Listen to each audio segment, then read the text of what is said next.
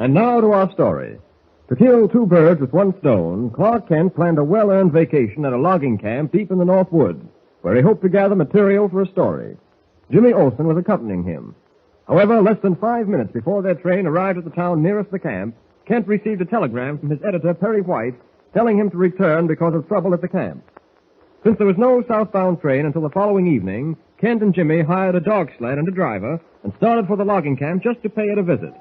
En route, a pack of lean, hungry wolves attacked the sled and circled it, howling ravenously. Get down, Jimmy. Crouch down low. There's no room behind the sled. The driver's got the dogs huddled there. What's he going to do, Mr. Kent? Trying to get his rifle to work. It's jammed. I get the chills just listening to them howl. Look at that one. He's creeping in close on his belly. They're after the dogs. That's what they want. Well, they don't look very choosy.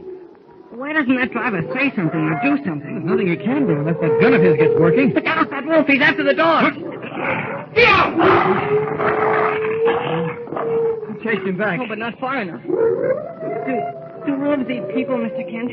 I don't think so. But they're not sure. Now, don't you worry, Jimmy. Oh, I'm not worried. Just a little nervous. They're all crawling on their bellies now. Look at their teeth.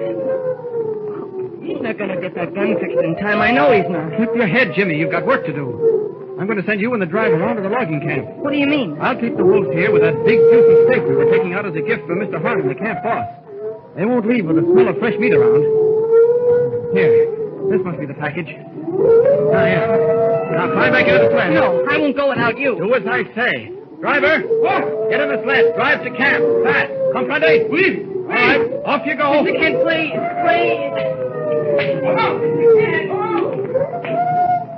Let's see whether that slab of meat will hold them. There we are. Now, take a look at this, you beggars. Get a good whiff. That's working. They're not following the sled. It's out of sight now. Superman can take over. All right, go ahead. Haul your heads off. I've never tackled 50 wolves before, but there's always the first time. Come and get it. Nice, juicy beefsteak. Ha! Like the looks of it, don't you? Come on, a little closer. A little more.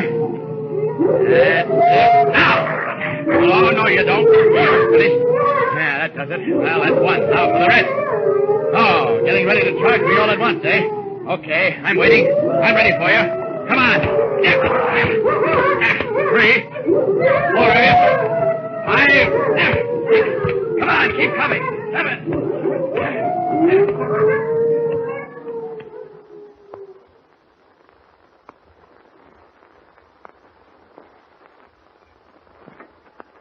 Are you sure you won't have a hot cup of milk, Jimmy? No, thanks, Miss Harmon.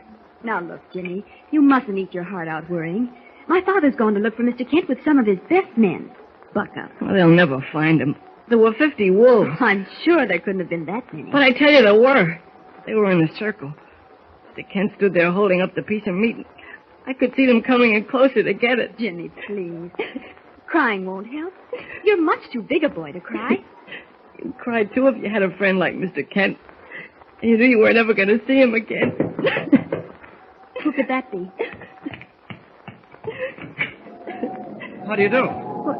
Mr. Kent. Hello, Jim. Won't you come in? Thank you. Mr. Kent, they didn't... They didn't eat me, if that's what you're trying to say. I told Jimmy there weren't 50 in the pack, and that they rarely attack humans. I'm Nancy Harmon, and I assume you're Mr. Kent. But there were 50, maybe more. Isn't that right, Mr. Kent? More or less. I'm glad to meet you, Miss Harmon. Jimmy, have you been Oh, crying? no, his eyes are just inflamed from the snow. Oh, I see. Where did my father pick you up, Mr. Kent? Your father? Yes. When the dog sled pulled in and Jimmy told us what had happened, Dad and 2 of his men went out after you. Oh, well, I guess I missed them. How'd you get here? Oh, I walked. They tell some tall stories in the North Woods, Mr. Kent, but I think you can go them one better. Paul Bunyan couldn't have walked 5 miles that fast, and they say each step he took measured 100 yards. Gosh, just like Superman. And who is Superman? Some unbelievable pal of Jimmy's who can fly through the air with the greatest of ease. I'm sorry I missed your father, Miss Harmon. He should be back shortly. Will you have something hot to drink? No, thanks. I'll take that milk and cake now if you've still got it. Of course I have. Be right back. Oh, I'm sure glad to see you, Mr. Kent. How'd you ever get away from those wolves? Well, they preferred beefsteak to Clark Kent, that's all. Can't say that I blame them. You know, you did get here awful fast. I must have taken a shortcut. Here you are, Jimmy. Chocolate cake and milk. Thanks a lot. Won't you sit down, Mr. Kent? Oh. Take Dad's chair near the fire. It's very comfortable. It sure is. Well, I suppose Jimmy told you what brought us here. Yes. You see, Dad thought it best to wire Mr. Bartlett and tell you not to come, because we've been having a little trouble in camp. What sort of trouble? Well, I don't like to talk about it, but it's quite serious. Perhaps I can help. Very kind of you, but I'm afraid there's nothing you can do. Oh, I'm sorry our wire didn't reach you in time. Oh, that's quite all right. Jimmy and I enjoyed the train ride, didn't we, Jim? That was the chocolate cake talking. Seriously, though, Miss Harmon, are you sure I can't be of any assistance? I don't think so. You see, Mr. Kent, logging camps are strange places. What do you mean? Well, I guess I might just as well tell you. I'm not supposed to know exactly what's happened, but I do. We've had some mysterious, I suppose you'd call them accidents at the camp, Mr. Kent. Accidents? Yes, in a way. We've lost 3 men in a little over a week.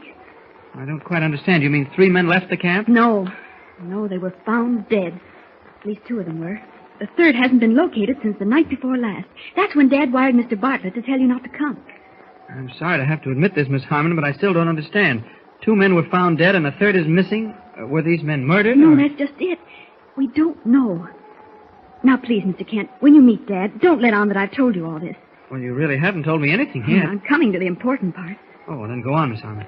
Well, about a week ago, one of our French-Canadian loggers disappeared into thin air. His name was Jacques Dupre. He just vanished like a puff of smoke. Gosh. Searching party combed the woods for him, and the logging boss, Bill Dawson, finally found him, frozen to death up in the crotch of a tall tree, a tree he couldn't possibly have climbed without spikes, and he had no spikes on. Well, how'd he get up there? Jimmy. That's what puzzled everyone. How did he get up there? Of course, Dad and Mr. Dawson didn't tell the men where he'd been found. They made up some sort of a story, but the men knew. What happened to the second man? He vanished, too, the following night. What? He was a big Swedish logger, strong as an ox. Mr. Dawson found him frozen in the river ice. You mean frozen solid? Jimmy, you must keep quiet. You said something about a third man, Miss Harmon. Yes. Gaston, another French-Canadian. He came in the night before last to talk to Dad. Yes? He wanted to quit because of the white plague. The what? Well, loggers have a strange superstition, Mr. Kent. They believe that when the snow is deep enough to cover all the roots of a tree and the bottom of the trunk, that no tree should be cut down. They think it's nature's way of protecting the tree until spring, and no man has a right to go against nature. It's very curious. I've never heard it before. Of course, it's silly, but some loggers will swear that if trees are felled when snow covers the roots, the white plague visits the camp. What is the white plague? What does it do? They say it punishes men who go against nature. Oh, I see. And Gaston wanted to quit because he was afraid of the white plague, the plague that had carried off the first 2 loggers. That's right. Well, Dad told him to get a good night's sleep, and he left. Mr. Dawson came in, and Dad was chatting with him when suddenly someone screamed outside. Dad and Mr. Dawson rushed out. It was a bad blizzard. What do you think they found? What? Jimmy. They found Gaston had vanished from sight in front of his cabin, and he hasn't been found since. Oh, gosh. That gives me the creeps. Well, I suppose all the loggers want to quit. Yes, and it's terrible because we've been cutting wood for the government, and it's needed badly. Dad's been out of his mind for days. You said you had trouble, Miss Harmon. You put it mildly. Now, what does the logging boss, Mr. Dawson, say about all this? Well, he's sticking by Dad, naturally, but I have a funny feeling he believes there's something to this white plague business. The other night I heard him say he wonders about it. And what do you think? I don't know. First, well, I thought it was just silly superstition, like breaking a mirror or spilling salt, but now I'm puzzled. It's like being in a dark room and knowing that nobody else is in the room with you, and that feeling that you're not alone. I guess that doesn't sound very sensible. You mean like a ghost? Don't be silly, Jimmy. You know there's no such thing as a ghost. So, Miss Harmon, you really feel there may be something to the white plague? Oh, no.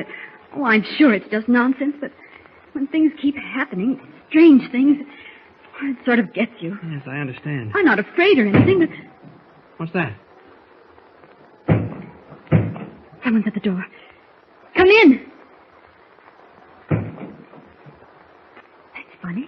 Here, wait. You better let me open the door. Be careful, Mr. Kent. Why, it's a man on the verge of collapse. Gaston! Catch him, Mr. Kent! I got him. Close the door, Jimmy. All right. Put him on the couch. All right. There we are. He's blue with cold. I'll get some brandy. Rub his wrist. Mr. Kent, is he alive? Bring me that blanket, Jimmy. Oh, this one? Yes. That's it. Thanks. Here's the brandy, Mr. Kent. I'm afraid it won't do any good, Miss Harmon. You mean... Yes. He just drew his last breath. Mystery piled on mystery. Where did Gaston return from, so exhausted that death reached him almost as his frozen knuckles rapped against the door? Did the strange secret of the White Plague die on his lips? This is only the beginning of a Northwoods adventure more gripping than anything you have ever heard before. Don't miss even one thrilling episode. Don't forget, tune in again for the next thrilling episode with Superman. And now to our story. Arriving at the Bartlett logging camp deep in the North Woods, Clark Kent and young Jimmy Olsen have run into a baffling mystery.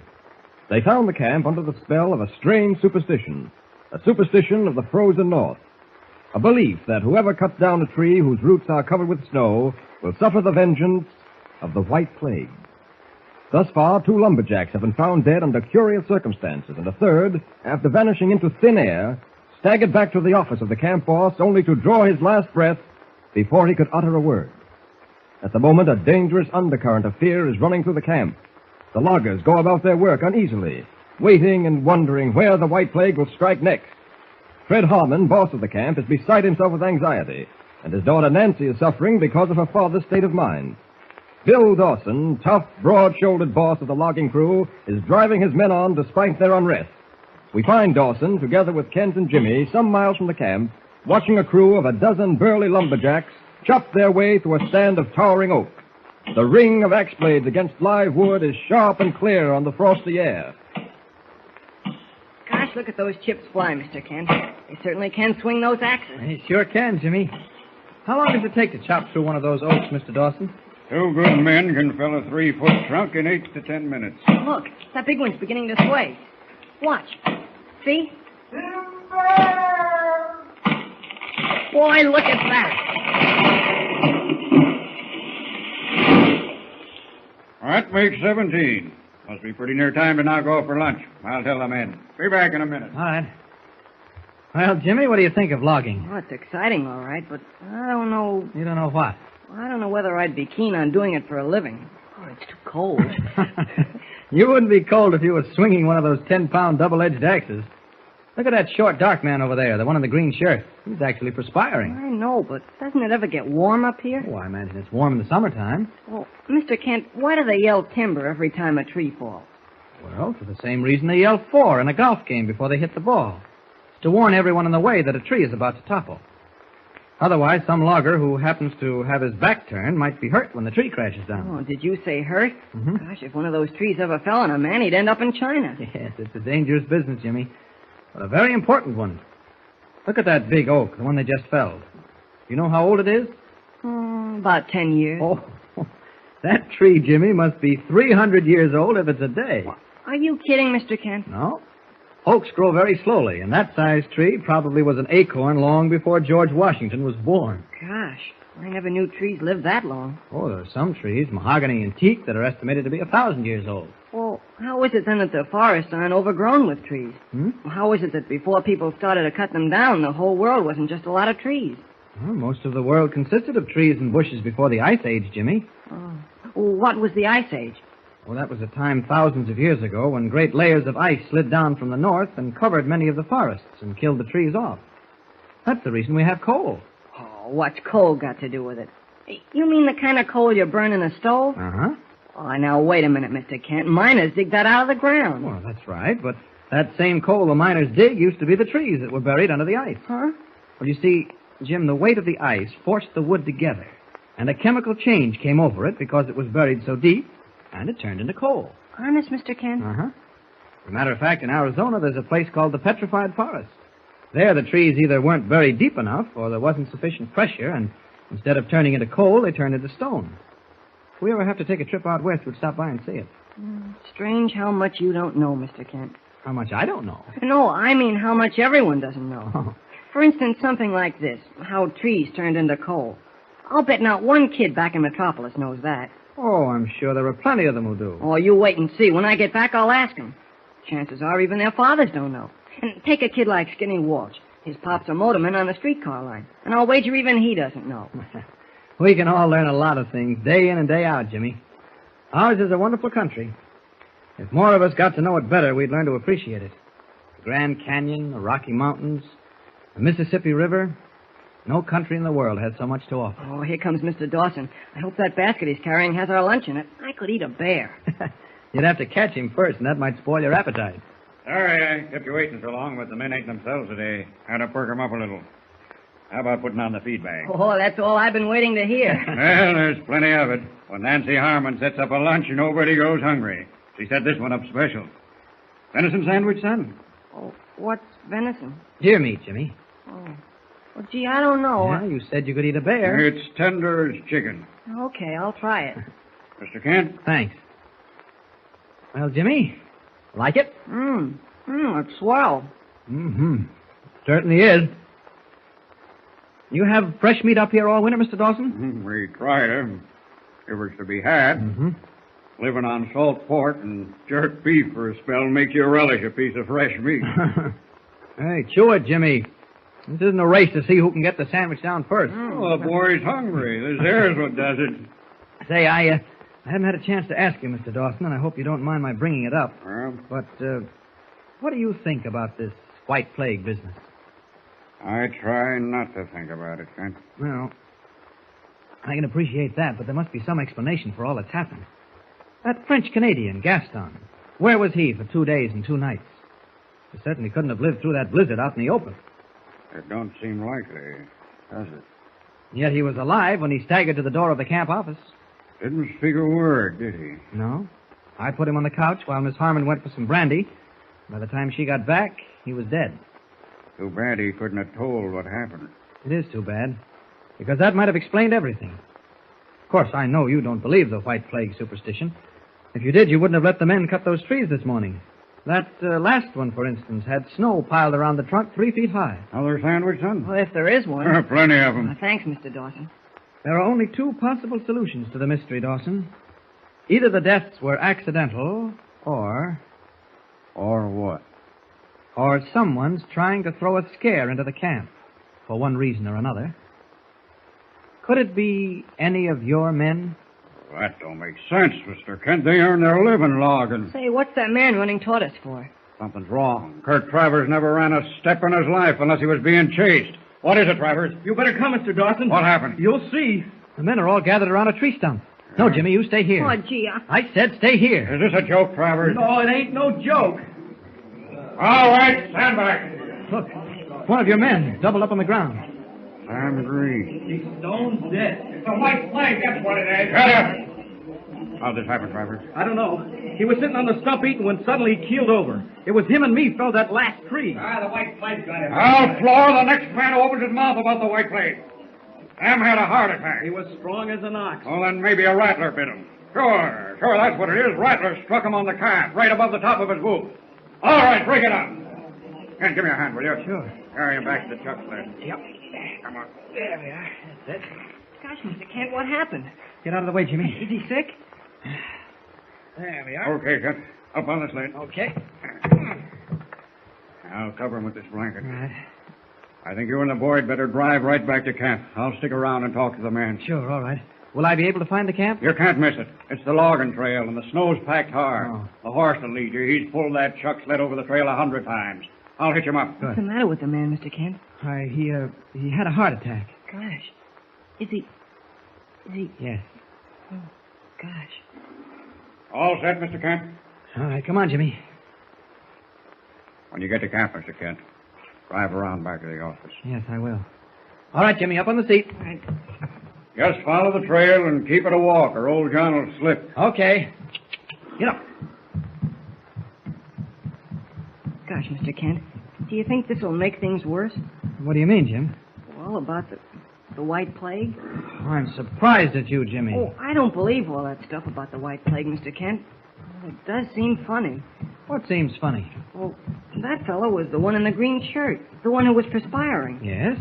Remember that last big tree that was cut down just before the men knocked off for lunch? What are you driving at? That fellow in the green shirt was the one who chopped that big tree down. And it was the only tree that had a snowdrift around the bottom of the trunk. Oh, now don't let your imagination run away with you, Jimmy. 2 men were working on that tree, and one of them is still perfectly all right. You can't tell. Now, what sort of sense does that make? You can't tell. I mean, something might happen to him yet. You certainly are cheerful about it. This is going to be terrible for poor Mr. Harmon and Nancy. Gosh, I hate to think of it. Well, then don't. How can I help it? Last night that French-Canadian came stumbling in. I know all about it, Jimmy.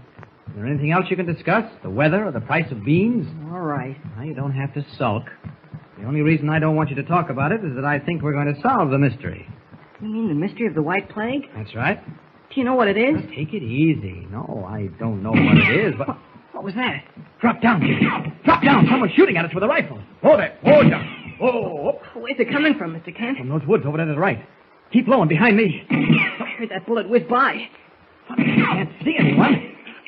The horse is getting nervous. We better make a run for it. Stay down, Jim. Be careful, Mr. Kent. Get up. Come on, get up. Get up. Breaking into a gallop, the frightened horse drags the careening sled over the hard-packed trail. A steel-jacketed bullet sing around Kent's ears. Who is shooting at them?